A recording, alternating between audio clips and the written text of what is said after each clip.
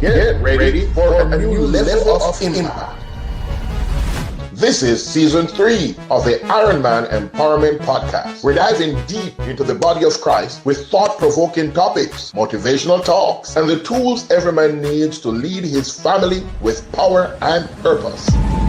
Introducing Pastor Rod Charles, Pastor Clive Atkinson, Bishop Upton Morris, and I am your host, Elder Edmund Muir. Together, we're the Iron Man team, and we're here to sharpen one another. Catch us every Saturday at 10 a.m. Eastern or 8 a.m. Mountain Standard Time on HGG Radio. The Iron Man Empowerment Podcast. Real men, real talk, kingdom empowerment. Remember, we're not just talk, we are informative. Good morning to you one more time, and thank you for joining us here on another episode of the Ironman Empowerment Podcast. It's good to be back here. It's good to be on. Yes, indeed. And this morning we have another powerful topic. The topic is reintegrating a prodigal partner into a marital relationship. We're looking into strategies for addressing trust breaches, emotional healing, and building intimacy. I'm your host, Elder Edmund Muir. Of course, we have with this morning Pastor Clive Atkinson and Pastor Rod Charles. I want to say that early this morning when I checked the chats, Pastor Rod, I saw, believe it or not, Sister Sonia was on, but there was someone else, but I'm not seeing that right now. But we'll get back to that. In the meantime, how are you doing, sir? Pastor Rod? I am doing absolutely amazing. Just want to give a quick shout out to my daughter this morning. She's 12 years old today. Today's her birthday. So God bless you, May, and have an amazing day. But also, we're quickly and slowly, approaching, Rise Up coming up next week. So we're just in the thick of it, trying to get all the details battened down. So God has been good to us, and we're really feeling the support running into this meeting, so it's going to be amazing. Happy birthday to you, little May, coming from the Ironman Empowerment team right here on HGG Radio. Enjoy your day.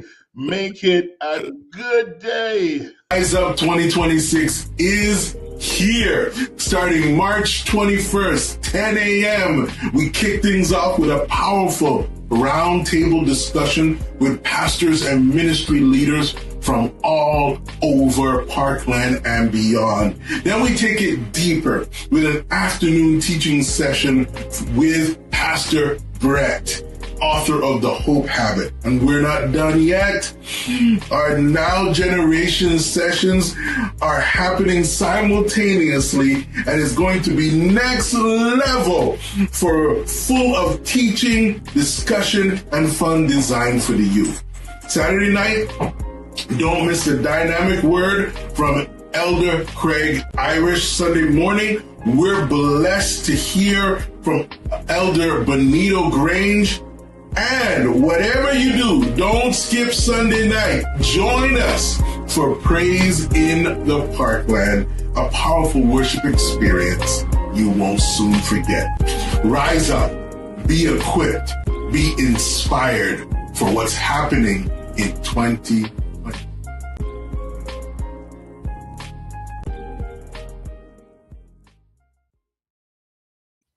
Whatever you do, don't miss Rise Up.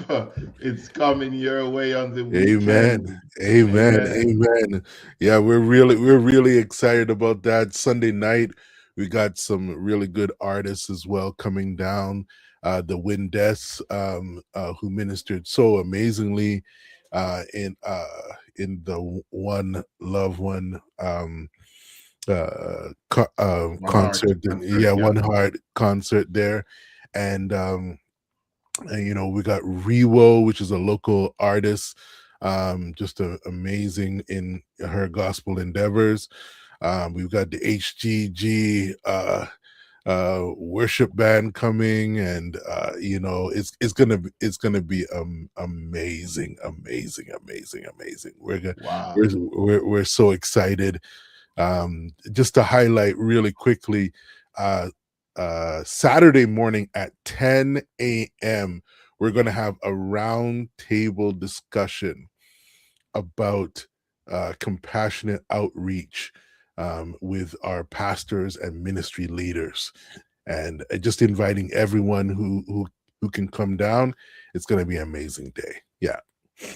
There you hear it from the man himself, Pastor Rod Charles. It's going to be an amazing day. And of course, today is also an amazing day because you're here with us on the Ironman Empowerment Podcast. Oh yes, indeed. That's so lovely. I could listen to that sound over and over again. And I want to say good morning to all those who are online with us this morning. I see Sister Sonia Bowen. Sister Sonia says, "Good morning to all God's children. This is a day that the Lord has made. Let us rejoice and be glad in it." We're rejoicing indeed. And of course, Jacqueline Brown says, "Happy Saturday." And of course, meet us here or beat us here. We have been by some folks this morning, but nevertheless, we're moving on strong on the Ironman Empowerment Podcast. Amen. Let me Amen. set things up, Pastor Rod. Let me Come on. set it Come up. on. Marital relationships can be profoundly tested when one partner strays, leaving the other grappling with feelings of betrayal and uncertainty. Mhm. The journey to reintegrate a prodigal partner is complex, requiring both individuals to navigate a landscape of emotional upheaval and mistrust. While the path forward may appear daunting, it also presents a unique opportunity for growth, understanding, and renewed commitment. Central to this process is the challenge of addressing trust breaches. Trust is the foundation of any healthy relationship, and its restoration demands patience, transparency, and consistent effort from both partners. Opening, Open communication, accountability, and setting clear expectations can help begin in the process of healing and reestablishing a sense of security within the marriage. Emotional healing and rebuilding intimacy are equally important aspects of reintegration. Partners must be willing to confront painful emotions, offer forgiveness, and Yeah. create space for vulnerability. Through mutual support and a willingness to rebuild together, couples can rediscover intimacy and strengthen their bond, ultimately laying the groundwork for a resilient and fulfilling marital relationship. Wow. Pastor Rod, before I get your opening thoughts, I want to kick it off with a clip because I have a few clips that we'll draw from today. So let us hear what this gentleman has to say. He's a life coach, of course, and his name is Clifton Brantley. Whilst I was doing a little bit of research to come on, I came up on his post. So let us hear what he has to say. Reality and decided to work on it. Number one, first, I want to applaud you. That's not an easy thing to do. That's not an easy decision. But I want to give you some tips to help you get off the struggle bus and onto a better marriage. You need to believe that you can have a better marriage and a better one than it was before. The marriage you had before is gone, it's dead, it's over. You're going to create something new. Okay, couples who are successful at navigating these troubled waters end up with a stronger and more intimate marriage, typically. Now, I'm gonna give you 5 tips for the cheater. I'm gonna give you 5 tips for the victim or the one who was cheated on, and then I'm gonna give you 5 tips for you guys as a couple, for the marriage. Okay. So first, for the cheater, number 1, you need to become a transparent person. If you're not already a transparent person, you need to become a transparent person, not just an honest person. Honesty is when you tell the truth when you're asked. But transparency is about volunteering information without being asked. Okay, your partner does not. Pastor Rod, transparency. He mentions that you need to be transparent. Do you agree with this? I'll just keep him on whilst we scan through this Mm-hmm. clip. Mm-hmm. Mm-hmm. This is a trait that I feel needs to be mastered by men very very quickly and early on in their marriage. Um, One of the things that I believe is some of the hurdles that keep people from walking in success in their marriage is communication. It's downheartedly communication, and it's true what he's saying. Honesty is a one-way thing when it's volunteered, but transparency is really the act of loving one another with information. Mm. I'm able to allow you to see the the the very interior of my heart. You know, and you know that's why when you're sitting on the couch with your loved one and you're staring off into space as just trying to figure out stuff, the first question a woman will ask you is, honey, what are you thinking? Because they want to know they want to know your mind. Right, right. They want to know your heart. They want to know your plans. You know, the the worst thing you can do to a woman is keep her in the dark. The Mm. worst, the worst thing you can do is hide your good intentions or ill intentions.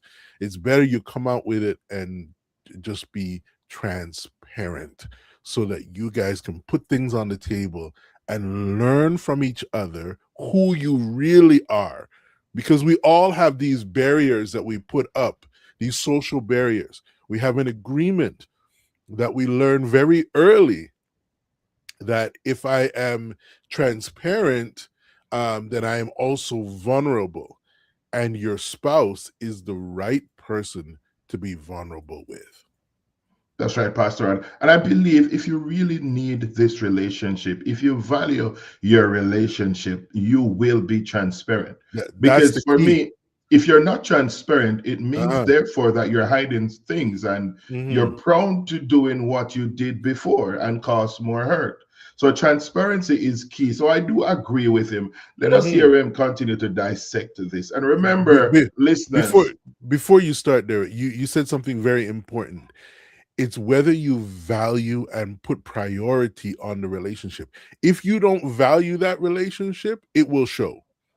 yes, yes, for sure. If It it's not will. your priority, it will it will, in the hierarchy of things that you're trying to conquer as a man in your life, it will show, right? So a man has to actively put his relationship um on a higher level with the relationship that he has with his wife and his family. He has to put that on a higher level than his career. He has to put that on a higher level than getting ahead in life, making money, That's right. finding esteem amongst his peers. He has to put that on a higher level in order for him to be successful. Otherwise, it'll always come second place to something else. And that in itself is the hallmark and the precursor for your marriage to be going down on the downward curve when you're not prioritizing that relationship properly. That's very good, Pastor Rod. It's good that you expound on that a little bit. I want to pause a moment. I am encouraging all the listeners to share this link. If you have friends that are planning to get married or those who are married, share this link. It is a Mhm. powerful session this morning, and it will help you to overcome some struggles in your marriages. Imagining taking back someone who has strayed away from you. We call it the prodigal partner this morning. What are the things you should look for? What are the emotions? And we're playing a clip here by what's his name again? Clifton Bradley, that Mm. speaks to not the person that is offended, but the person that commits the offense now, some things that they should, because of course, you recognize when a person commits the offense, they want to be reintegrated in the relationship easily, but it's not so. There's some Not things that so they must easy. do. And he mentions being transparent. So let us continue to listen to him, and then we'll come to Pastor Clive and hear what he has to say. I want to have to ask you things about what's going on in your life. If you already have difficulty sharing your world, then this may be harder than normal for you, but you need to get away from that. Okay. Most of the people I deal with do not want to be the kind of spouse that checks the phone and always questioning, where you going, where you been? Like, who wants to do that? So you need to help them out by being upfront and open about everything, even if you think it's not a big deal. Also, in conjunction with being transparent, make sure that there are no more secrets. Okay. Wow. So if you guys are in the beginning, this is especially true for you, but even if it's been some years and you're trying to work on it, but you hadn't gotten that traction yet, make sure there are no more secrets. Okay. If you're trying to rebuild, but you haven't told your partner everything, you are setting yourself up for more trauma and drama. Number two, you have Before we go to number two, Pastor Rod, I'm still waiting on Pastor Clive to jump on in. Make sure there is no more secrets. This is speaking to the one that has committed the offense. And many times what they do is that they fall into the trap of covering up. And so they might reveal a part, but they have kept other parts. And that becomes a problem, because what I have learned is that things will come up over the years. So when you withhold things from your partner, you're going in and you're covering up pieces and pieces. After a while, the pieces fit together. And then what do? It's a setup for a disaster in your marriage. And so if you are the one that has caused this for whatever reason, it might not be infidelity, but it could be something else, and your partner seems a bit willing to take you back, then there are things that you must do. And this is very important. Don't keep secrets. Just let it go, because when it hits a month after, a year after, 10 years after, it's going to be. Listen, I was having a discussion with some folks recently, and it was an issue almost 30 years old. Wow. Pastor Rod, and the emotions were high after 30 years, because everything was not revealed, everything was not open to all parties involved. And so it's very important that no secrets are kept. Just say it right there and then, because you're trying now to build back trust in your relationship. Let us continue to listen to what he is saying here. to learn how to comfort your partner when they're dealing with the pain of what you did. You got to learn how to comfort them. A lot of times, and men and women cheat, but most of the time it's women, right? And when they see their wife hurting, they want to go the other way. Okay, disclaimer here.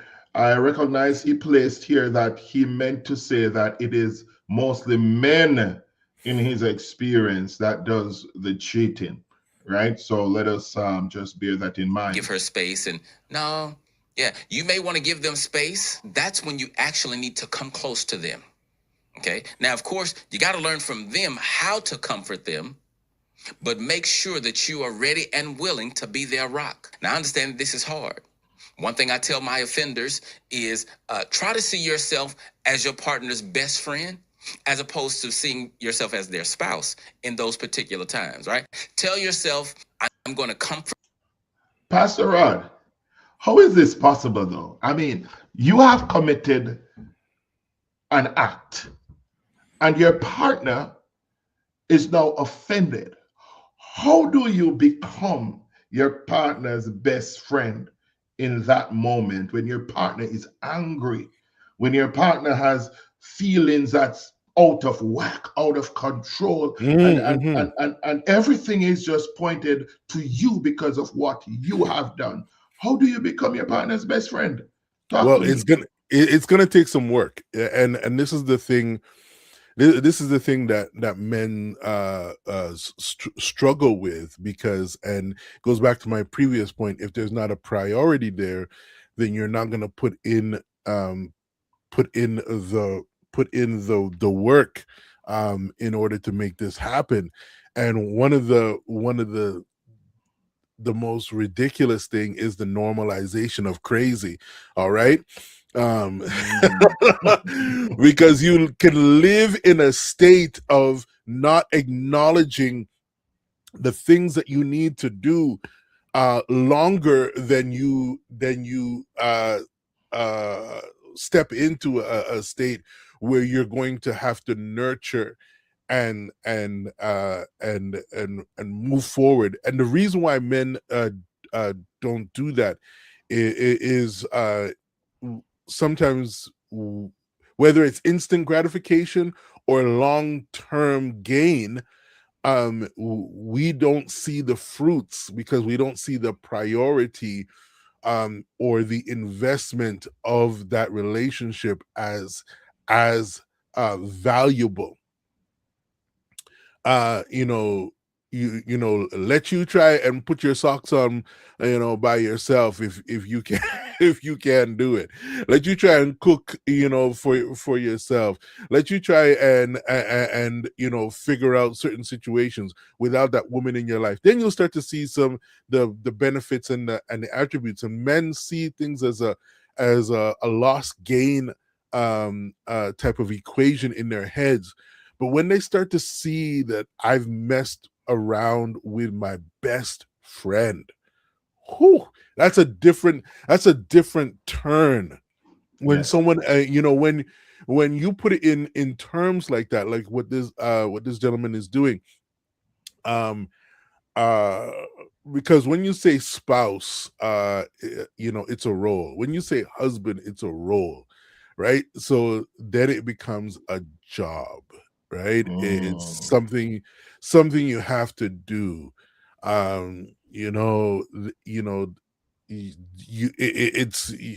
It's not an entitlement, but it is something that you if you could take a vacation from it, you would, right? And that in itself is a dangerous place to be as men. But when you see this person as your life partner, your best friend, the person who you wake up beside and smile, that in itself is a difference. And brethren, men, I'm telling you, when you see that person, in the hierarchy of the things, when you mess up, when you do things that are contrary to the commitment that you've made to that person, there's going to be some work that you have to do in order for you to get back and exceed, right? Because we're not just talking about getting back to normalcy, we're talking about growth. And growth takes work. It takes nurturing. It takes it takes commitment to the outcomes, and that's where men sometimes fall down. And as we continue this, remind me to go back to not just the micro, but to the macro of how infidelity and trust breaches work within the family, not just in the marriage. We'll come back to that. Yeah. All right, thank you, Pastor Rod. Thank you, Pastor Rod. We'll take Pastor Clive in just a moment after we have done listening to this. But I want to say that is why it's important for us, Pastor Rod, to make our spouses our best friends before. So something might happen, and then you'll have to try to find that best friend. But if you were not a best friend before, it's going to be hard in that situation, right? It's going to be very hard. That's why the vows say forsaking all others. That's right. Because you can I mean, there's a difference between you know, that family friend, that your good best friend, you know, out there, you know, the guy you call when you're stuck on the side of the road, right? You know, there's a difference. But when you're talking about uh that friend who knows you on a most intimate level, who understands you on in the most intricate and intimate way, that has to be your wife. That's right. It has to be. Amen. Must be your wife or your spouse. Sister Alvira says, wow, treacherous waters. Yes, indeed. And Indeed, she, ma'am, indeed. yes, she went on to say that wine and roses alone won't work. We got to No, tell no. somebody, echo it out there. Wine and roses alone won't work. No. You need to find your best friend and be a best friend to that best friend. But let us continue to listen to what this gentleman is saying here. My friend about what their spouse did. It sounds crazy, but until you are secure enough to hear and see their pain without running away or without being defensive, then you're going to prolong the pain. So find a way to be the comfort that they need. All right, number 3, keep your word. Okay, make sure that don't say things and then not follow through with them. And it could be the smallest of things. I'm not talking about like life-altering decisions. It can be small things. But because you are trying to rebuild trust, every misstep matters. Okay? If you're going somewhere, tell your partner where you're going. If you say you're going to pick up the kids from school on Wednesday, then pick up the kids from school on Wednesday. If you say you're going to cook Friday for the family, then cook Friday for the family. Okay? This helps build trust. Number 4, don't get defensive when your partner asks you questions about the situation. This is not just for new, like people where this is new, even years down the line. Okay? Don't get defensive when they ask you questions. These questions may not come at you in the most pleasant way or the most respectful way, but your role is to not get defensive no matter what. If you get defensive, you're going to derail the rebuilding process. I'm telling you that. Trust me. Okay. You have to learn how to ignore the disrespect when it comes to, you have to learn to ignore the disrespect when it comes and give your partner what they need in the moment. Now, I'm not saying just allow them to just mistreat you. What I'm saying is sometimes when their emotions are raw, they may give it to you and it's disrespectful. Learn to block that, give them what they need. And then y'all can talk about the disrespect or whatever later when things calm down. And then this is number 5, the fifth tip I have for the cheater: go to therapy.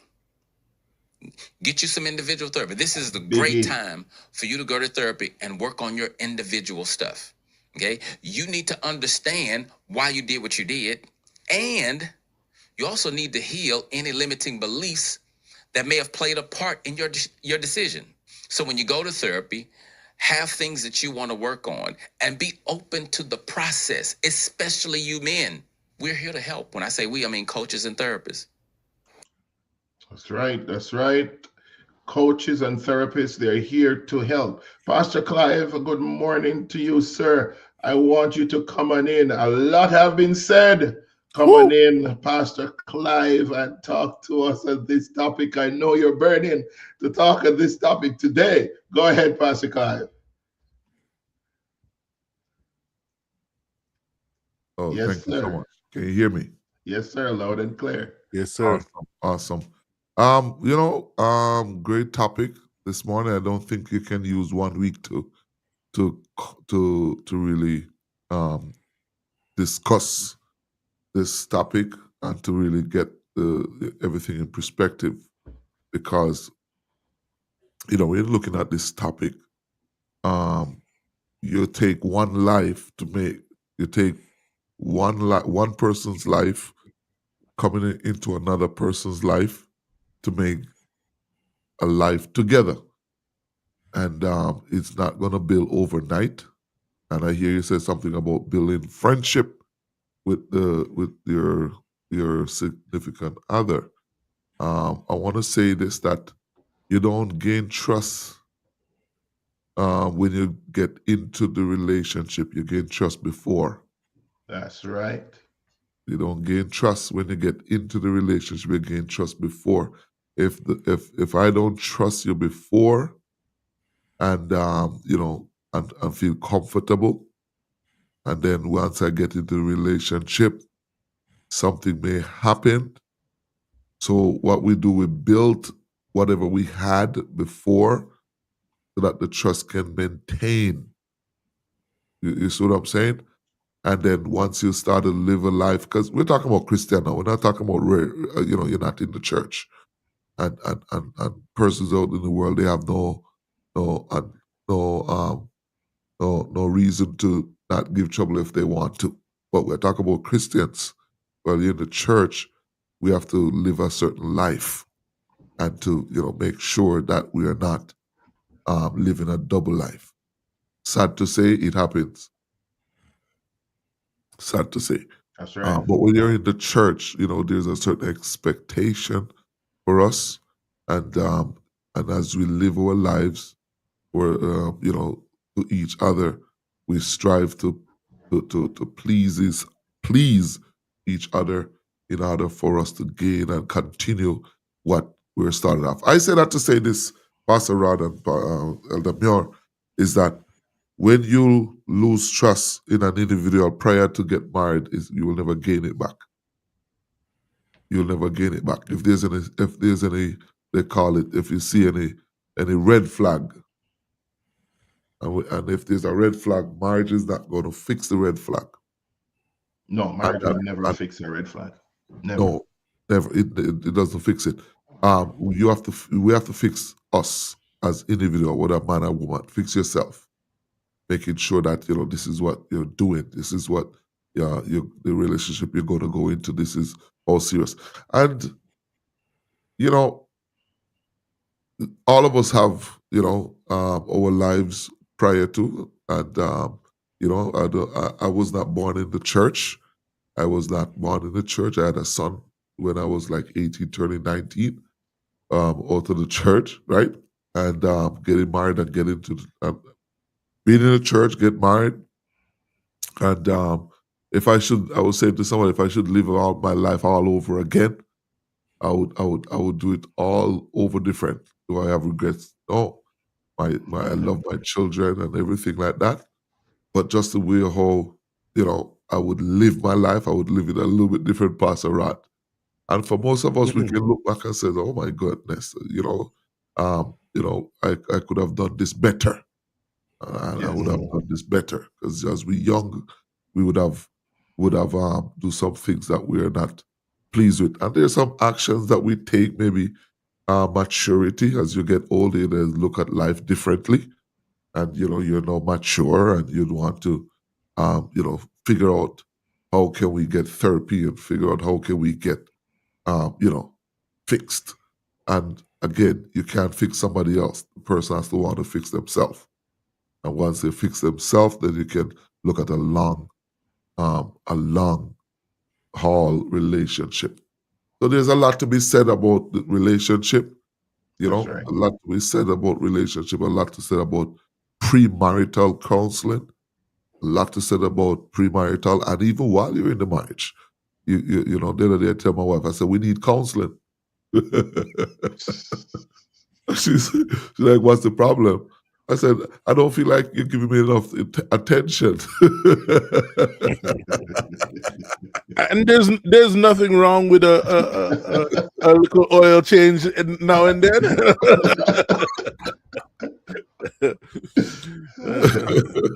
Oh Lord, I'm a touchy feely type of person. Like my love language. I love just rub my head. It doesn't take much to satisfy. But just rub my head. Just let me feel like I'm here. I'm in the room. But yeah, she grew up a little bit different. But that won't stop. You see, you're coming from one walks of life, your partner is coming from one walks of life. When you come together, you have to learn to understand each other, because you're going to have some stuff that she doesn't like, and she's going to have some stuff that you don't like, right?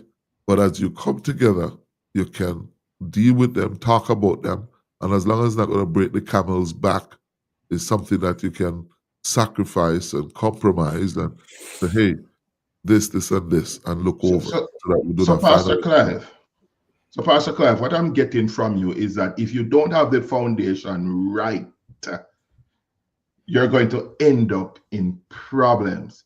And then if it was right, there are chances of you taking back or you going back because you had a solid foundation. So Yes, that's what I'm getting from what you're saying. Foundation is important. yes, yeah, you have to have your foundation right, because that's the main thing. That's the main thing, is to make sure that your foundation is right. I'll just share a little bit. You know, when I got married, my wife, we didn't court. Literally, we didn't court. It was because when we got married, it wasn't like it was something planned. Like literally, I just know her for years. Come Pastor on, Rock. Pastor. Every marriage is planned. Marriages are planned, When I Pastor Clive. Come on. when I said plan, meaning that, Mm-hmm. you know, like it's within a short span of time, we decided, said, this is what, you know, I want to move on with my life, and this is what I want to do. And then we talked about it, and then the parents talk about it, and we arrive at, this is what we're going to do. When Wasn't I a say that, lengthy when I period. say that is that, you know, when you, Rodney, you know, when you, for years you look at the person, you're there talking to them, and you're like looking at, it wasn't like that. No, it wasn't like that. We're like, yeah, she's what? No. My eyes were elsewhere. my eyes were in Jamaica, I was in Toronto, or in England, or in the US. My eyes was elsewhere when it was time. But when you get to know somebody and you become you know them inside out, their family friend, and you know, you get to know the person, you know, if when the conversation is happening, you can, like, you know what, I could see myself, because you know the person, you know them, you know their highs, their low, their know, you know their, you know, their temperament, you know everything, you know, not everything, but you know enough that you could say, go into it blindly and say yes, and it works.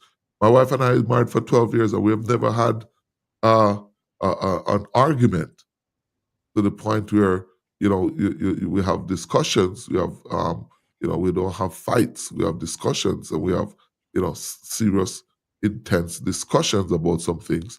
And if we can't resolve it right there and then, we're going to leave it and come back to it, because I don't like leaving unresolved issues, because they come back with heads, and Yes. you have to leave some heated conversation, or not heated as in cussing me and cussing you, is that we have conversation. I believe that two adults coming together, no, there's no need for um, for fights. I don't, especially Christians. I'm talking about trying to live a healthy marriage, a healthy That's right. relationship.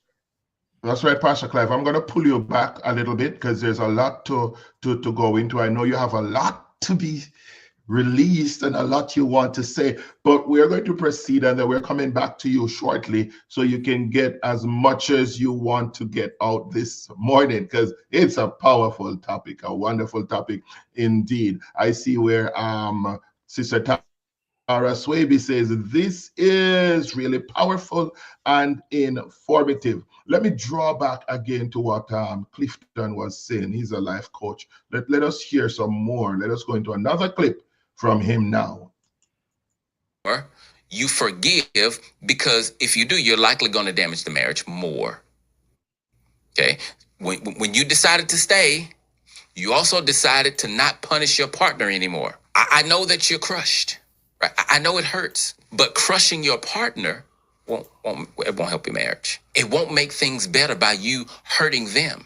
I've heard too many stories of spouses treating their offender, treating their partner harshly, and then the person who did the dirt, who did the crime, they just take it because they feel like it's what they believe, and I mean it's what they deserve, and they can't do anything about it. No, no, no, no, no. If you're more committed to punishing your partner instead of healing your marriage, then you need to let them go. If you're going to punish them and you're going to punish them, let them, for what? Just let them go. Because if you don't, you're doing way more damage than you can imagine. And I'm talking about to your own soul, not to them. I'm talking about to you. With this first tip, and I talk about forgiveness. Let me share a few things with you about forgiveness, because people a lot of times get forgiveness confused, and it's important to get this forgiveness thing right. Forgiveness doesn't mean that I'm over the hurt. If I forgive you, it doesn't mean I've stopped hurting. Right? I may still hurt. Forgiveness doesn't mean, when I forgive you, that doesn't mean we're better. There's work to do. I can forgive you up front, but we still got a lot of work to do. Okay? Forgiveness is not a feeling, it's a decision. So it's not necessarily based on how you feel, because the truth is, I don't know when you're going to feel like forgiving. Pastor Rod, I believe the first thing that we do is want to hurt the person that hurt us. Whew. And many people, it happens. And so many persons end up doing things that they regret because they want to hurt that person so bad. Talk to us a little bit. I've seen it, and and the thing that the way that I frame forgiveness is a doorway, not a hallway. Right? You walk through forgiveness in order for you to get to a place of trust, and get to a place of understanding and processing. So you make that decision, but there's still a lot of things that you have to do in order for forgiveness to work for you. But in regards to the way that folks treat each other, is because there is still that lingering feeling of justification and revenge for things that have been done to them, and without moving forward off of that platform, right? You are standing on a place where you always try and check the person. You always try and remind them what you did to me. You always try and justify your actions of anger and disagreement and attitude and disrespect from that place. So the hard thing for the person who has been cheated on, the hard thing is the acceptance that in order for us to move together in this direction of healing, meaning that the answers to the whys, the answers as to how could this happen, and also the feeling of rejection may not always be processed right there and then. So there needs to be an acceptance that this is a journey. This is a portion that needs to be moved through, so that you can move on. Otherwise you're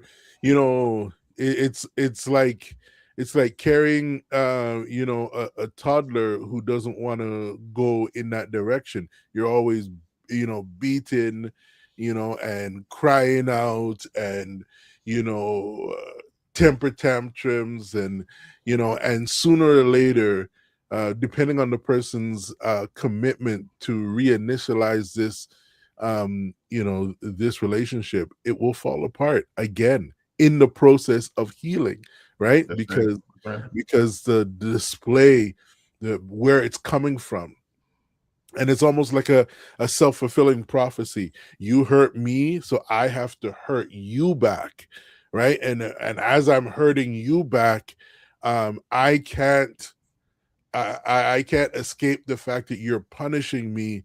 So now I'm gonna hurt you again, and it just becomes this revolving door that we're in. So it's important for somebody to be have some self-control, some temperance, in order for you to get past this, so you can really properly heal. It's important. It's so important.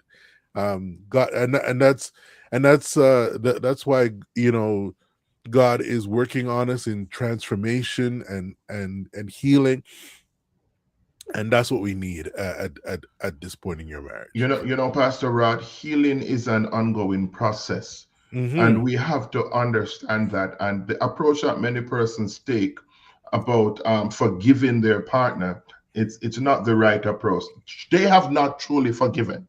And that's the thing. I see here in the chat as well, I see where is it? Someone spoke on this. Yes. Sister Tara says many times we're taught that forgiveness is forgetting the hurt that was done. Or what an error in teaching, right? And this is where we have what she calls emotional blackmail. Wow, emotional blackmail. Can you imagine? And some persons want to feel, okay, I'm winning now, so I do what I want to do. I don't care about what my spouse feels. At that time, they're actually hurting the person because they were hurt. But before I bring you in, Pastor Clive, I want to talk a little bit on forgiveness. I have here a clip from Hassani Pettiford, and I want to hear what he's saying, because it's important that we understand this forgiveness aspect before we can say, yes, we're coming back together, because there are different aspects to forgiveness.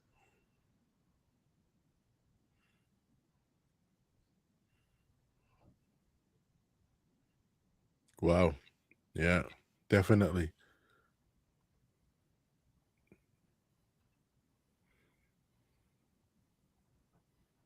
Personal history when it comes to forgiveness. And so anytime I'm working with a couple, there are 5 critical questions that I ask them that they have to answer for themselves to see if they're ready. Question number 1, what has been my overall experience with forgiveness? So think about your childhood. Think about the environment that you were raised in. Think about what you've seen and what you've been exposed to. What has been your overall experience with forgiveness? Number 2, have I been easily forgiven, and do I easily forgive?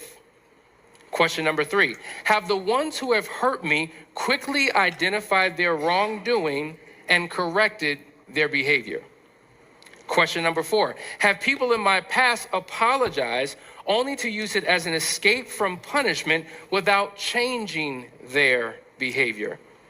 And question number 5, do I still have some influential individuals in my life who need my forgiveness, or that I need to ask their forgiveness? These are critical questions to ask, because oftentimes it is very difficult to do what you have no history doing. And so if you're an individual who's used to holding grudges and being bitter and remaining in resentment and can't seem to forgive, you haven't forgiven your siblings, you haven't forgiven your parents, you haven't forgiven your best friends from 15, 20 years ago, what makes you think that you can easily and quickly forgive your spouse? You have no track record for it. And so it requires you asking yourself these questions to check your heart to see where you're at, because it will allow you to know how easy or how challenging this journey of forgiveness is. Is it challenging though, Pastor Clive? Forgiveness? Talk to us. It's hard for me to sit there, because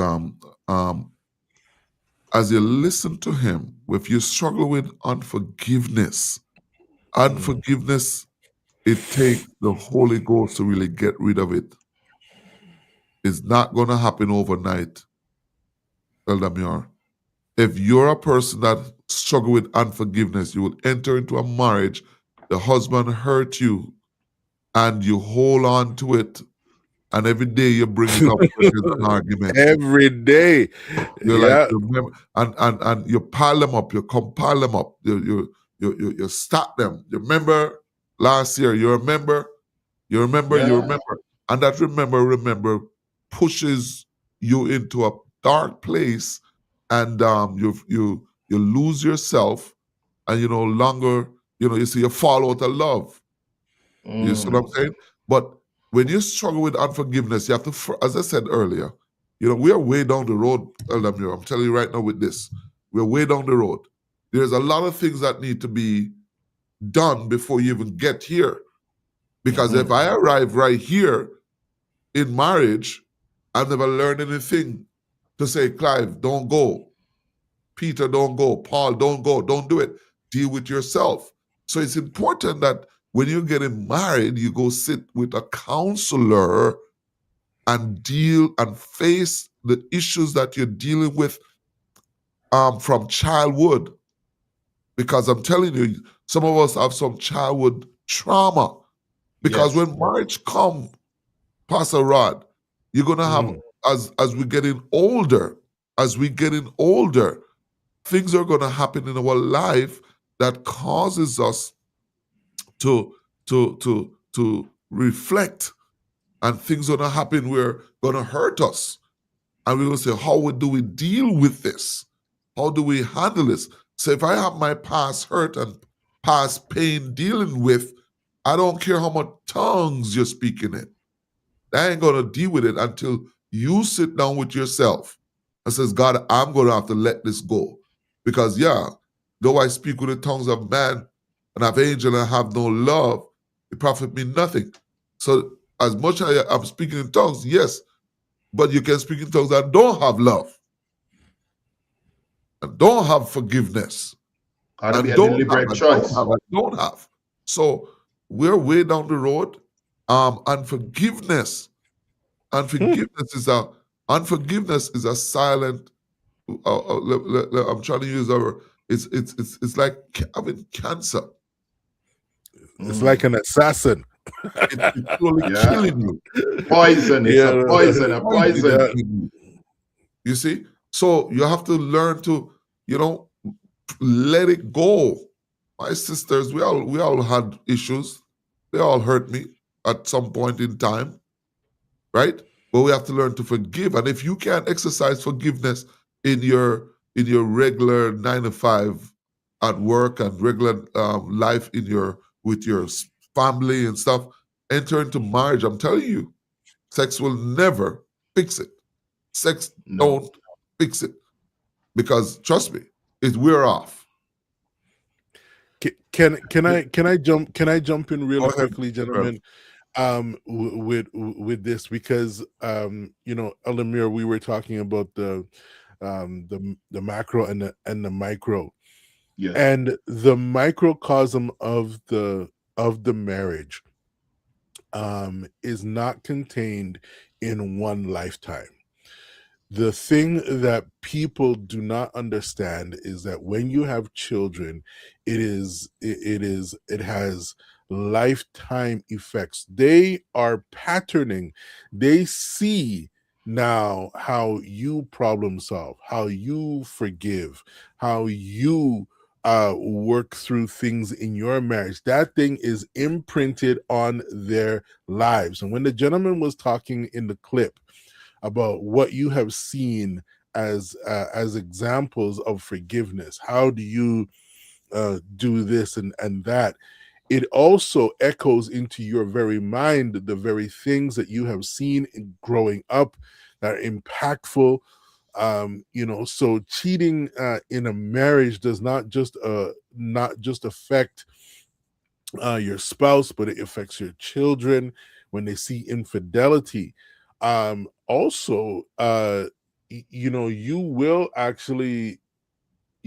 actually start to see in individuals, if you're keen enough, you can actually spot individuals who have had healthy inputs in their life as to how they treat their spouse and how they treat each other, and also adverse of that, you will actually see negative inputs on how things are done in their relationships.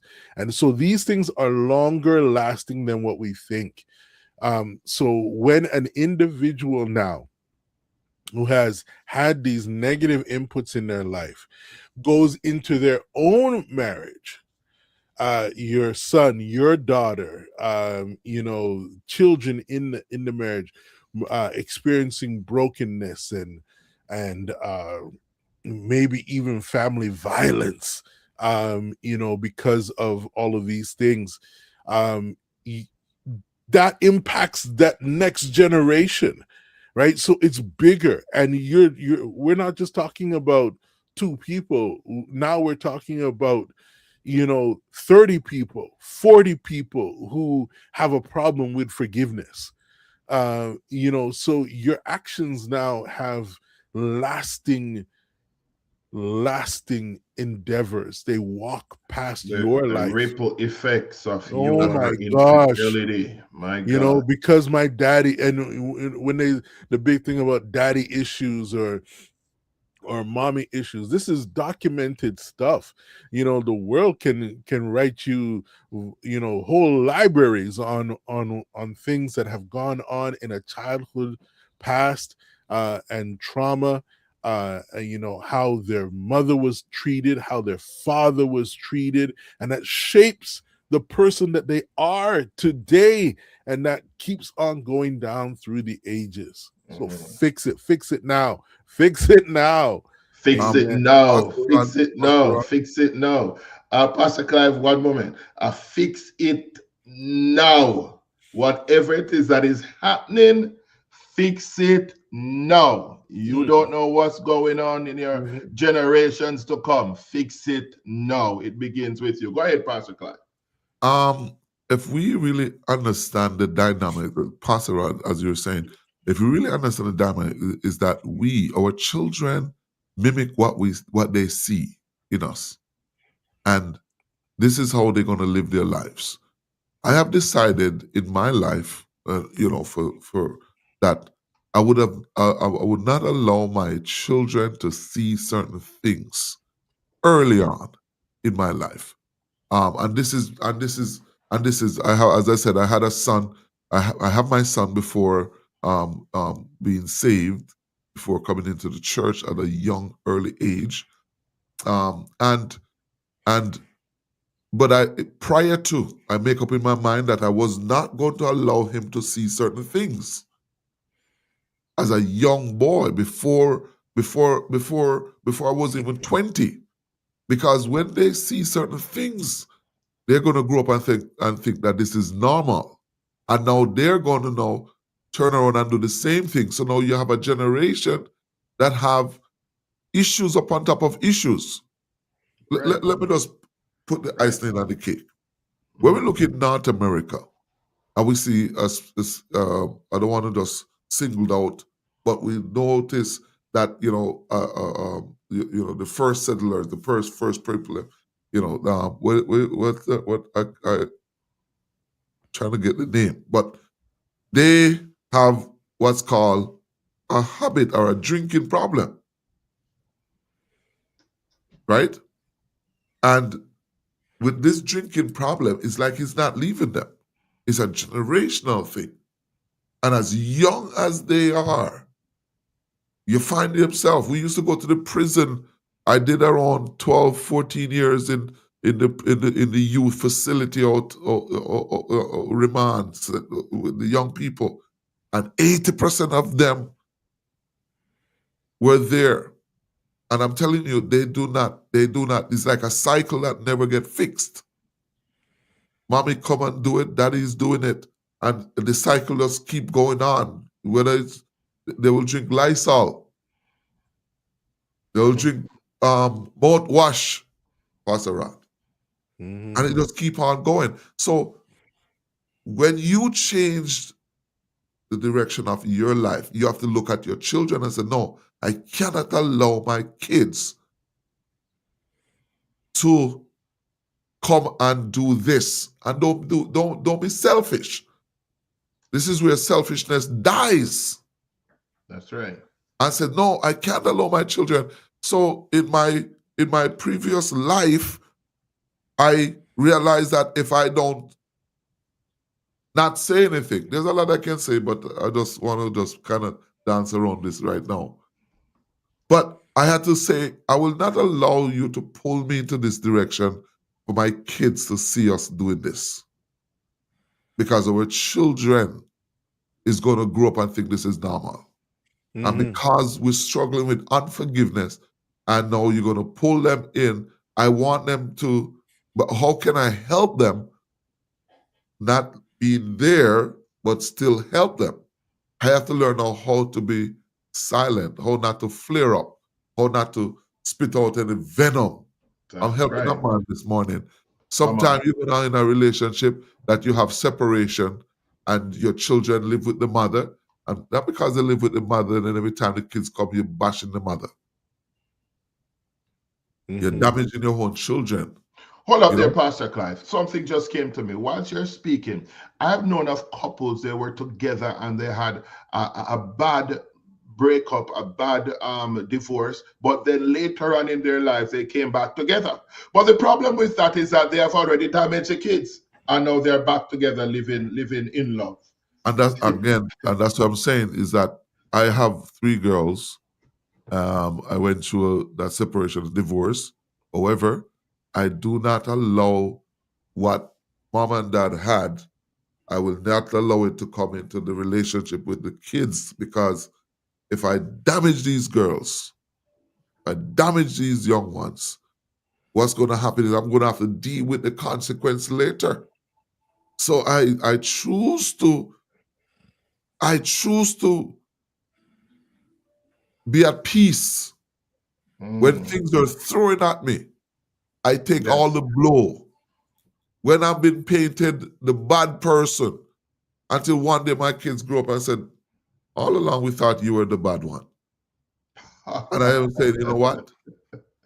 You know, sometimes you can't even answer because you don't want to give a wrong something for them to start to think outside of the box. Remember, you're trying to protect your children from going into marriage, from going into some marriage and they go with that bitterness, that same, oh, my dad did this, my dad did that. Listen to me. When I was a young man, I saw my dad did some things to my mother. And I'm telling you, it traumatized me that I said, I want to live the opposite way of my dad. My dad was a womanizer. He has girl everywhere. Old man, big old man, full up of gray hair.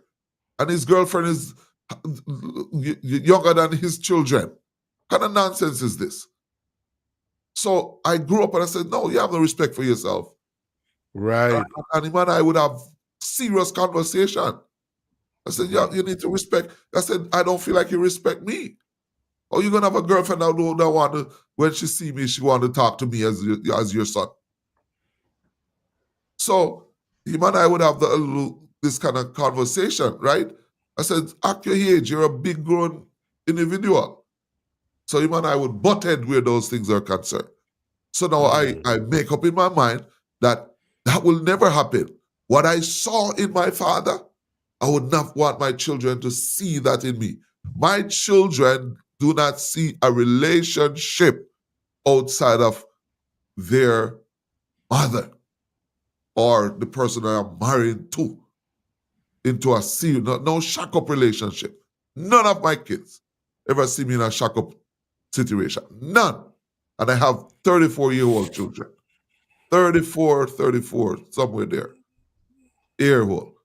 And I do not allow that because listen to me, you're damaging your children. Elder Muir said it. You know, you break up, you damage the person's name, say all type of negative things about their father, but now here you back in the relationship. What have you done to those kids prior to? Trust me, it's somewhere in the back of their mind, and they're like, think, oh, is this normal? Is this normal? And they go into a marriage and they treat their spouse the same way. And when they finish with the spouse, we just keep on having the domino effect in relationship. Michael. We have to make sure that when we're entering into a relationship, we'll fix ourselves. Fix True word, yourself. Pastor Don't Clive. enter into no relationship and you need to be fixed. Sex cannot fix you. You need to Fix enter in yourself. a relationship with you being fixed, with you being wholesome, where you feel within yourself that I am ready. Last thing, last point, and I know we need to go for a break, but last point. Pastor Rod, let me say this. When you're fixed and you're ready, your husband will find you. And you cannot get married without you being a wife first. You don't get married to become a wife. Let me say it again. You don't get married and then become a wife. The Bible says, he that findeth a wife, that means you're a wife first. You learn to cook, you learn to have good behavior, you learn to do everything, and like vice versa. You don't become a husband for she to say yes after get married. No, no, no, no. That characteristic must first develop inside of you. You have some 18-year-old that is very mature more than some 30-year-old. Mm. You have some 20. Pastor Clive, we have this saying in Jamaica, you know, you have to be a wife material. So some people, they're not wife material. They need to work on themselves. Neither husband material either, man. Right. Yeah. Listen, you have some good women out there that are wife material, as you would say, and they are not married. And you have some women who married who are not wife material, damaging their husband, and they feel, I'm gonna talk the truth up in here. They're damaging their husband. The husband is stressed out. Yes. And they have some good woman that's not married and they're home and single by themselves. And they're contented in themselves, but they may not look the bougie. They may not have the Coca-Cola bottle shape. They may not have the face with it, but they have the character. They have everything else. And they're home and they're not married. And then you'll find some that are married, and I'm telling you, I think society has led us, Pastor Clive, to look on the external, to look on beauty. But a wise man said in the Bible that favor is deceitful and beauty is vain, but a woman that fears the Lord shall be praised. I want to pull our chat. I want to pull our listeners in before we go on a break. I wish we could skip that break, but you know how it is on this station, right? So Sister Pat says, forgiveness, whether it's husband, wife, children, whomever, we must remember that it is not about the people who hurt us.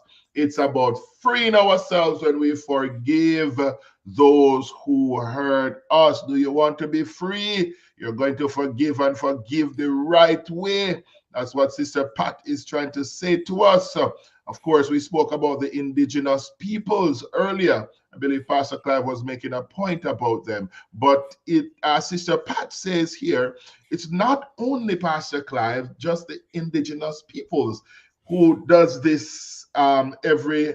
Let me repeat that. It's not just indigenous peoples who does this. Every nationality has this issue.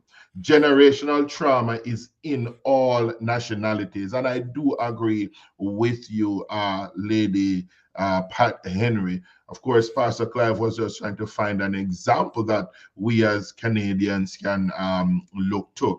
Also, Rebecca says that fix it right now. Somebody must echo that. Fix it right now. Fix it right now. Fix it right now, man. Especially right we now. that are saved. Especially we that are saved. Right? We have to be good examples by good examples. My God, this is very deep. Yes, it's deep. It's deep. It's deep. It is deep indeed. Pastor Clive, it is deep. It is warming up. And I believe that, let's hear what Sister Pat says here before we go to our Sister Tara first says, Pastor Clive, you hit it on the nail on the head. Over here at Higher Ground, we'd say you lick it till it busts, Pastor Clive. Sister Pat Henry said, "You are so right. You are right."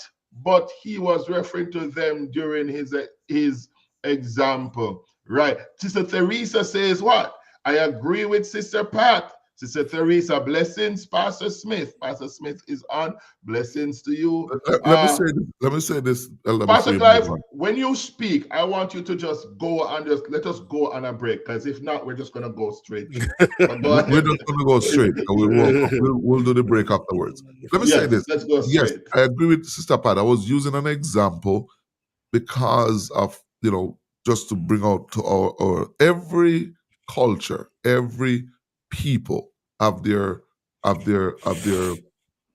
weaknesses and have their stuff. So I was just using it as an example. But we have to now learn how can we, are we talking about Christianity? How can we now help our fellow human family, the families of the earth, whether you're black, white, red, pink, green, yellow, orange, whoever background. So this is a call for help, to help that couple, that married couple, that family, that whatever walk of life they're coming from, to be able to help somebody to be able to say, look here, I recognize that we were once going down this street. Only God can change a man's heart. Only Only God. God can do it. Only God can do it. So we have to look beyond the culture. So as I was using the example, is not to point out and just to single-handed out. We all have our issues. As I said, my father had an issue. I acknowledge from I was a young boy, my father had an issue.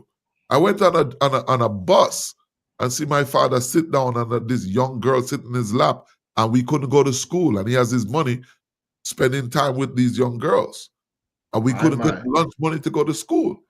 So I know that from a childhood that my father has an issue, and from a childhood I said to myself, "There's no way I'm going to live this life." Not that And pattern. that's why for me, all my children, I put it in their mind that, listen to me, the only way is you going to school, go to college, get the best education that you can, so forth and so on. Push them to the maximum.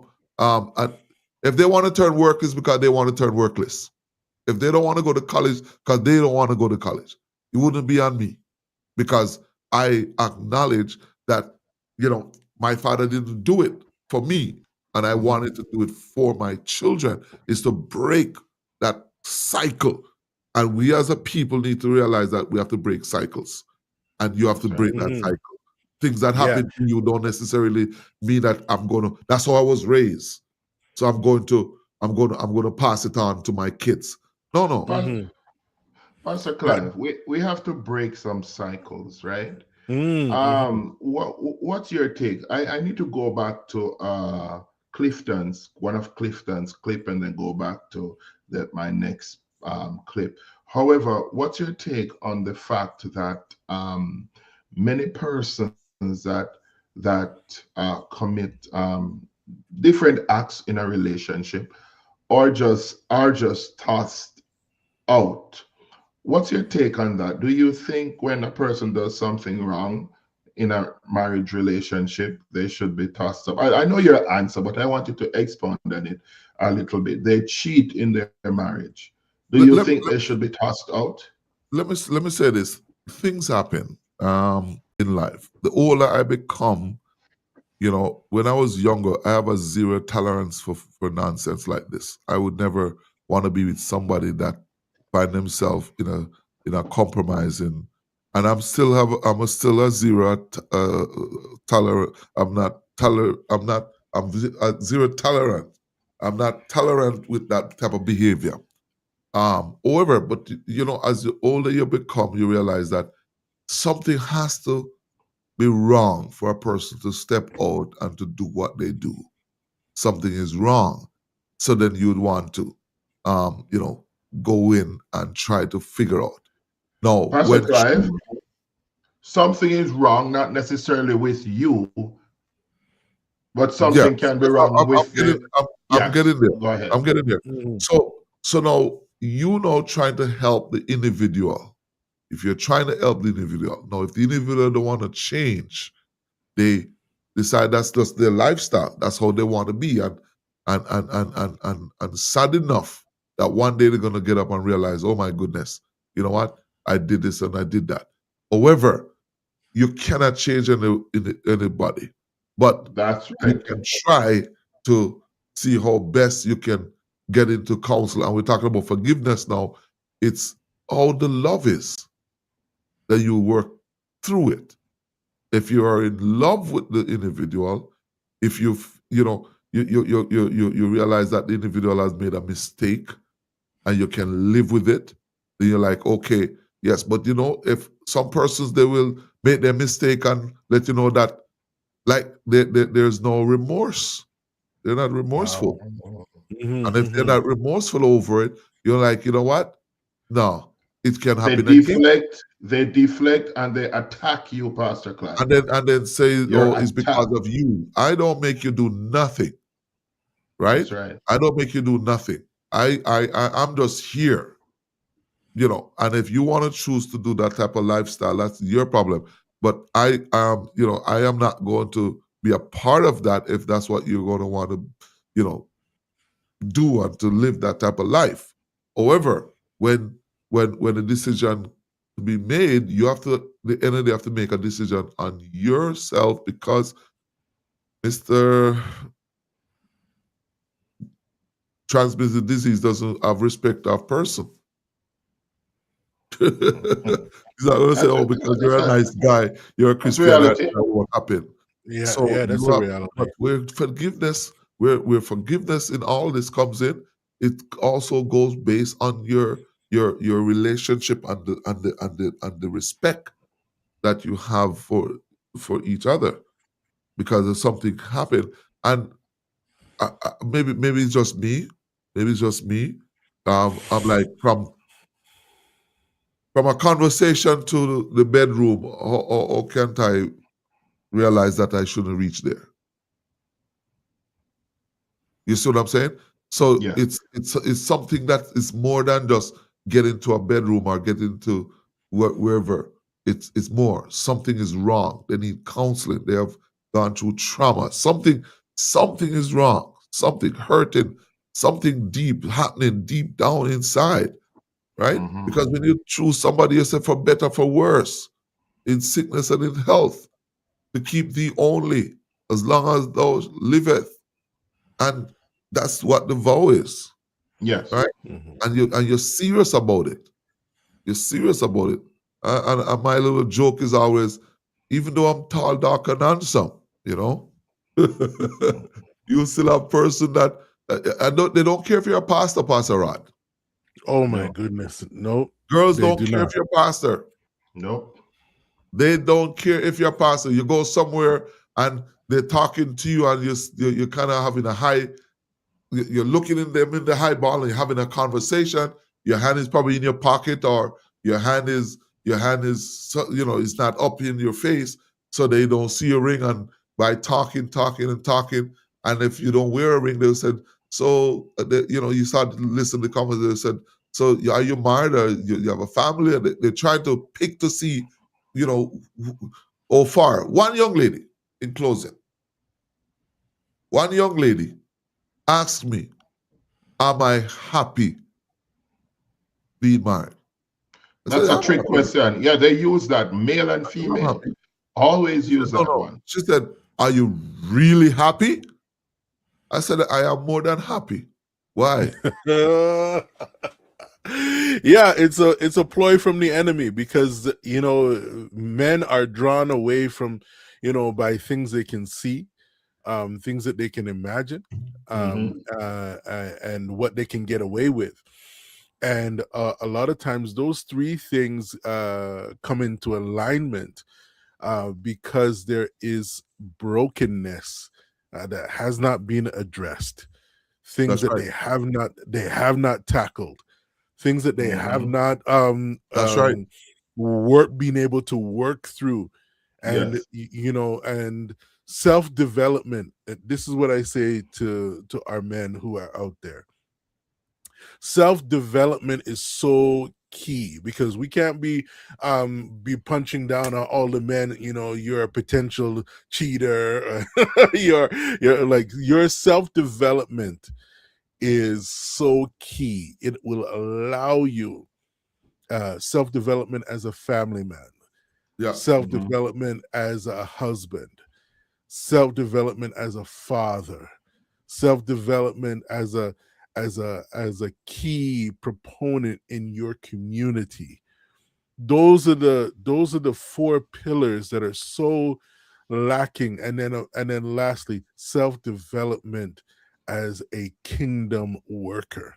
That's right. Those are 100%. those are the things that are, we find a lot of men, they're good at one of those pillars, right? And they fall down in the rest.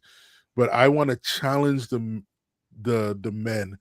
Be a servant leader. Be a stellar husband. Be someone who can stand up in the community. Be someone who can your children can look up to. So as we move through life, you're gonna have some hurdles, and you're gonna have some things where you discover that this was ingrained in you from way back, beyond your recollection. You might have anger issues, you might have and these things come up with, you may not be the most patient person, you may not even you may not be kind. That's an attribute as a man. We're always thinking that men have to be gruff and tough and everything like that. You might be a jerk. You might be a person that no one wants to get close to. But brethren, seek self-development. Brothers, men, seek self-development. And as you are working on yourself, your spouse will say, wow, he's working on himself. That's right. So your children will say, oh, my dad is always reading books, my dad is always doing this to enrich himself and so forth. It becomes a culture that is surrounded around you. So That's right. please take the time to develop yourself so that you can That's grow right. your people. Before we go, I have to pull Clifton back in because there's so much to uncover. I think we might have to come back next week on the same topic. You need someone who understands your situation and who will be empathetic, but also will speak the truth to you in love. Because you may not have cheated, but perfect is what you're not. I've never seen a one-sided marriage where only one person in the marriage is tearing up everything, even with infidelity clients. So go to therapy, right? Now, this is going to help you deal with the trauma. It's going to help you deal with the automatic thoughts, the sleepless nights and all that. But it also can help you become a better spouse all around. Why? Because you don't want to take the old you into a new marriage. Like, let's fix everything. So go to therapy. And then lastly, nothing on this planet lasts forever. Okay? Nothing on this planet lasts forever, including your pain. See, when you're having a bad day, and a lot of times this is mostly in the beginning, but it could be at any time. But when you're having a bad day, it may feel like the pain will last forever or that things will never get better. That's not true. Okay, that's not true. You will have setbacks, but I encourage you not to make life-altering decisions while you are dealing with the deep pain that you're dealing with. Pastor Clive, yes, very important for us to note. Never make life-changing decisions when you're going through your pain. That must be echoed every single place. Take some time, assimilate everything that's going on. Take some time and go through, divide the right, the wrong, the pros, the cons, and allow things to flow. Because if you make those decisions, you're going to regret some things, man. Pastor Clive, we have approximately 6 minutes to go. I'll take your closing remarks, and then I'll also take Pastor Rod's closing. In fact, I'll take Pastor Rod's closing remarks first, and then I'll take yours. Amen. My closing remarks are that it's key to know yourself. Take some actual inventory before you get to the trust breaches and the emotional healing and the rebuilding of intimacy. Take some time to actually take some inventory for yourself. Find out who you really are. When you do so, you will be acquainted with the faults, the failures, and the mishaps that you might be potentially having in your marriage. When you do that, don't just stay there in your gloom and your doom. Actually, open up to your partner, to your spouse, to your wife, and begin to unpack these things. And as Pastor Clive has said, there's nothing wrong with you doing a coaching uh, session in order for you to get yourself to the next level, get your marriage to the next Therapy. level. Yeah, it's nothing. There's absolutely nothing wrong. I know, especially Black folks have a problem with therapy Shrink with because the shrink. yeah, because we think that we can handle it. We also feel that Christianity, our Pray Christian about it.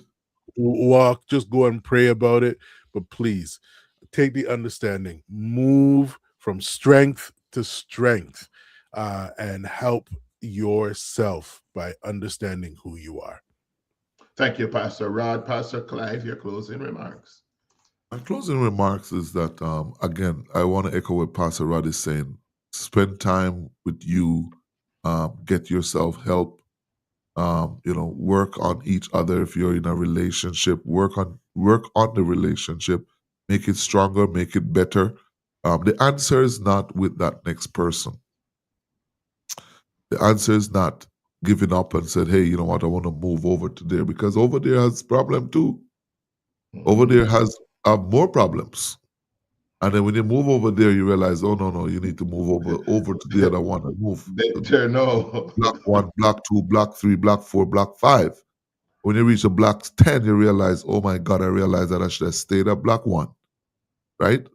It's not going to get better. Everybody has issues, and we just have to work on each other. When you love the person for who they are, just work, and we all are a handful. Man is a handful, woman is a handful. We all have issues. We're coming from two different walks of life, coming together. And as we come together, we are going to have some type of level of issues in our lives. And all we have to do is just work. Just when you love the person, you just try to help the person to become the best version of themselves. God That's bless right. you. Thank you, Pastor Clive. You got to love that person. Help them to become the best version of themselves. We all, Pastor Clive, have said we're all handful. Some of us are mouthful. Sister Pat says it's also sad every time. Go pray about it. That's right. God will see you through. Yes, God will see us through it, but we must also use wisdom. Teresa says it only works if both partners are willing to go for help. Lady Pat continues by saying, us Christians like to push things under the carpet and pretend that all is well when we know we're dying inside and out. And that's where we're going to talk about another form of forgiveness next week when we come back on. Let me put a wrap on things this morning. Rebuilding a relationship after trust has been broken. Let me go again, Pastor. Oh, yeah, I'm there. Good. Wonderful. Rebuilding a relationship after trust has been broken. It's a profound journey that requires patience, vulnerability, and a commitment from both partners to grow and heal. By openly addressing concerns, setting clear boundaries, and consistently working on communication and accountability, it is possible to create a renewed foundation rooted in respect and understanding. Even small steps taken together, whether through acts of kindness, honest conversations, or celebrating progress, helps to reinforce the bond and foster a sense of safety moving forward. Ultimately, the process of reintegrating a partner into a relationship is not about erasing the past, but about learning from it and choosing to build something stronger in its wake. Leaning on supportive resources, embracing forgiveness, and maintaining shared goals are all essential elements of lasting change. While the path may be challenging at times, the rewards of restored trust and deeper intimacy can be well worth the effort, offering hope for a more resilient and loving partnership. On behalf of the entire production team, we want to remind you that true strength lies not only in physical endurance, but in the courage to confront challenges, to welcome vulnerability, and support one another throughout the process. Thank you for joining us on the Ironman Empowerment Podcast. Keep moving forward. And remember that every step, no matter how small, carries you closer to your most empowered self. If you enjoyed this episode, please like, share, and subscribe.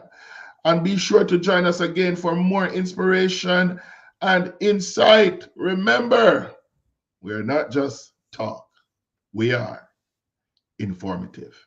Shalom.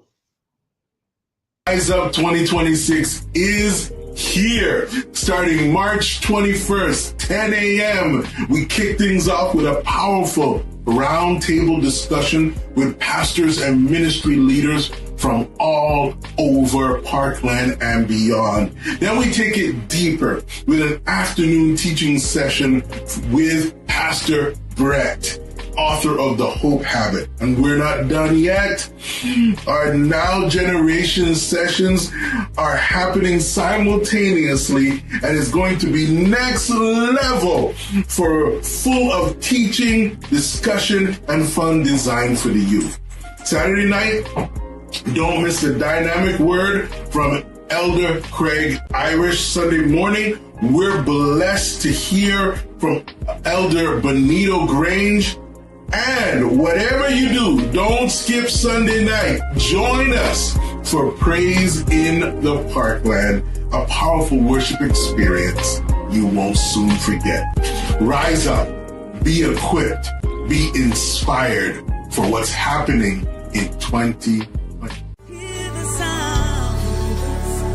In a world filled with noise and uncertainty, tune into the Voices of Reason with Chaplain Ingrid Gentles every Thursday at 5:30 p.m. Mountain Standard Time, 7:30 p.m. Eastern Standard Time. Join us for uplifting conversations, inspiring stories, and biblical insights that will empower you to navigate life challenges with faith and confidence, where faith meets reality. Join the conversation on HGG Radio, live on YouTube, and social media. Don't miss it.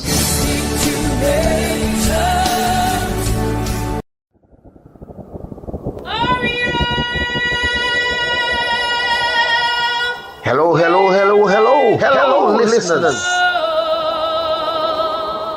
This is Pastor Liston England inviting you to come and let's dive into the truth. Join me every Sunday at 3 p.m. Mountain Standard Time, 5 p.m. Eastern Standard Time for the Truth Be Told podcast on HGG Radio, where we're taking you to higher ground. We'll be taking a look at biblical eschatology, exploring the promise of the rapture and what it means for you. Tune in to gain a deeper understanding of where we are in world history and how close we'll be to the coming of Jesus Christ. Don't you miss it. Sundays at 3 p.m. Mountain Standard Time, 5 p.m. Eastern Standard Time, only on HGG Radio.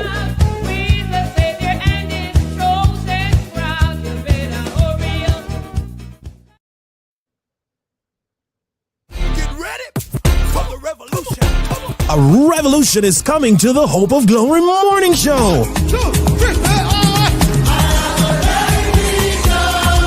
Get ready for the pulsating, electrifying, inspiring, and motivating 2 hours of music, word, health, and wealth. Mondays to Fridays from 6 to 8 a.m. Mountain Standard Time. Right here on HGG Radio. Join me, your host, Rashane Douglas, the Christ in me, the hope of glory. That's the new time for the Hope of Glory morning show. Mondays to Fridays from 6 to 8 a.m. right here on HGG Radio. Visit our website, hggradio.ca, or download the HGG Radio mobile app. See you soon. You know, when I first came to Canada 20-something years ago, all I want was Jamaican food, Jamaican food, Jamaican food. Looking for a Jamaican restaurant in Edmonton? A Yamida Jamaican restaurant and bakery. Get your oxtail, curry goat, jerk chicken, rice and peas, ackee and saltfish, fried dumplings, patties, and so much more. A Yamida Jamaican restaurant and bakery. Opening hours Mondays to Thursdays 11 a.m. to 7:30 p.m. Fridays and Saturdays 11 a.m. to 8 p.m. Visit them today at 4435 118 Avenue or call 780-479-1900. Everybody now, get ready to be inspired with HGG Radio, your 24/7 gospel music companion in Edmonton, reaching the world. Owned and operated by Higher Ground Tabernacle Ministry, we feature a diverse range of styles from traditional hymns to contemporary hits and proudly showcase local Canadian talent. From Afro-Caribbean rhythms to inspiring programs, educational segments, and anointed and empowering announcers. Experience the full richness of gospel music. Plus, be nourished by the undiluted, rich word of God shared through powerful teachings and inspiring messages. Tune in for dynamic shows, life-changing truths, and uplifting music to boost your faith journey. Visit www.hggradio.ca, download our app, and partner with us to spread the joy. I got joy. Call us at 825-343-4486. Let the power of gospel music and the word of God fill your heart and home. HGG Radio, reaching you at the highest mountain and the lowest valley.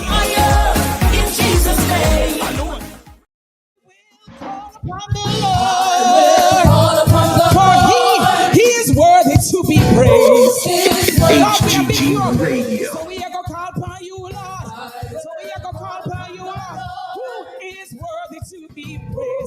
Let me go now. Say, so shall I be saved from my enemies. The Lord and blessed be the rock, and let the God of my salvation be exalted. The Lord and blessed be the rock, and let the God of my salvation. Every night, thank God. Call me a call. Call me a call. Call me a call from the Lord, who is worthy to be praised. With our hats to him we raise. Call me a call, call me a call. Call me a call, call me a call from the Lord. He is worthy to be praised. I will call, say I will call upon the Lord. I will call upon the Lord. You are worthy. HGG Radio. Oh my God, I'm gonna call upon the Lord. I will call upon the Lord, who is worthy to be praised. Are you ready? So shall I. So shall I be saved from my enemies, the Lord. And blessed be the rock, and let the God of my salvation be exalted. The Lord, and blessed be the rock, and let the God of my salvation be exalted. I just love this part. The Lord reigns. The Lord reigns, and blessed be the rock, and let the God of my salvation be exalted. The Lord reigns. The Lord reigns, and blessed be the rock, and let the God of my salvation be exalted. We are picking up. Call me a call me a call me a call me a call me a call me a call me a call call me a call call me a call call me a call in the morning call in the evening call in the nighttime call in the nighttime call when they sick me a call when they well me a call in the trouble me a call. He is the name.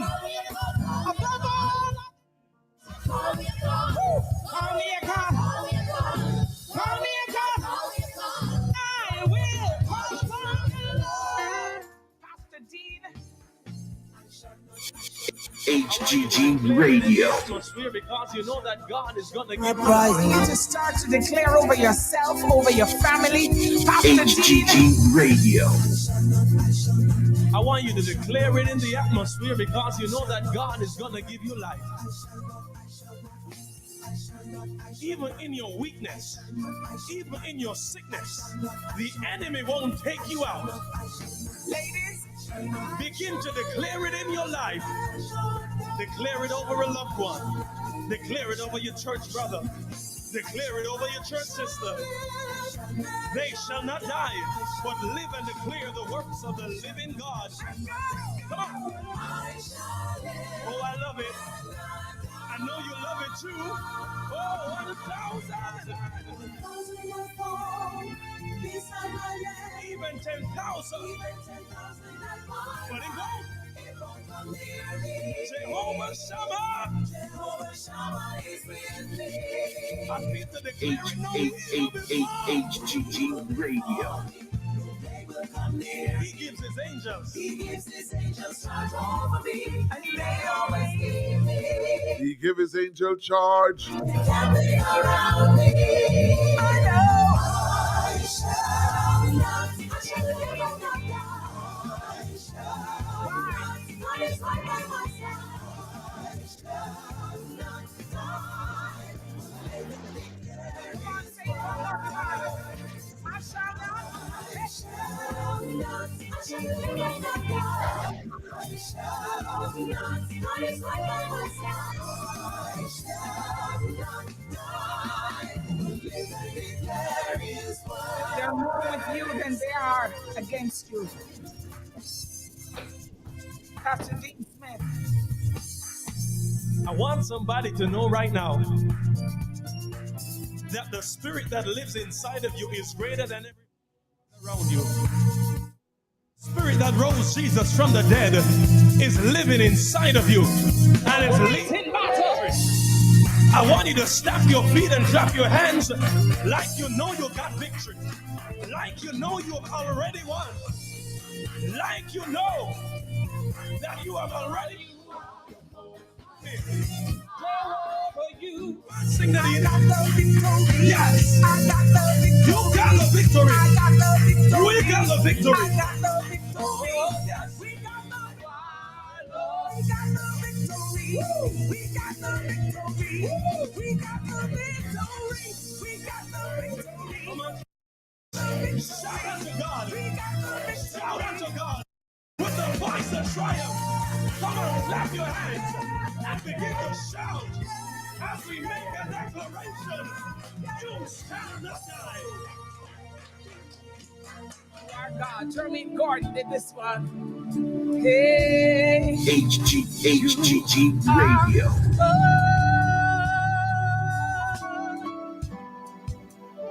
Holy and righteous. Oh, yes. All right, this is where we pull things down on Facebook and YouTube. But of course, you can go all over to the app. Stick and stay with us right here on HGG Radio. Nobody like you, God. Everybody say, you are holy and righteous. Holy and righteous. Oh, Lord. You are Lord. Can you just imagine the angels flying? Get ready for a new level of impact.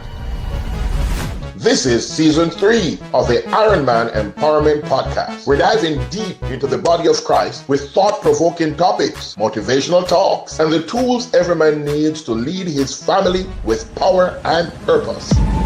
Introducing Pastor Rod Charles, Pastor Clive Atkinson, Bishop Upton Morris, And I am your host, Elder Edmund Muir. Together, we're the Iron Man team, and we're here to sharpen one another. Catch us every Saturday at 10 a.m. Eastern or 8 a.m. Mountain Standard Time on HGG Radio, the Iron Man Empowerment Podcast. Real men, real talk, kingdom empowerment. Remember, we're not just talk, we are informative.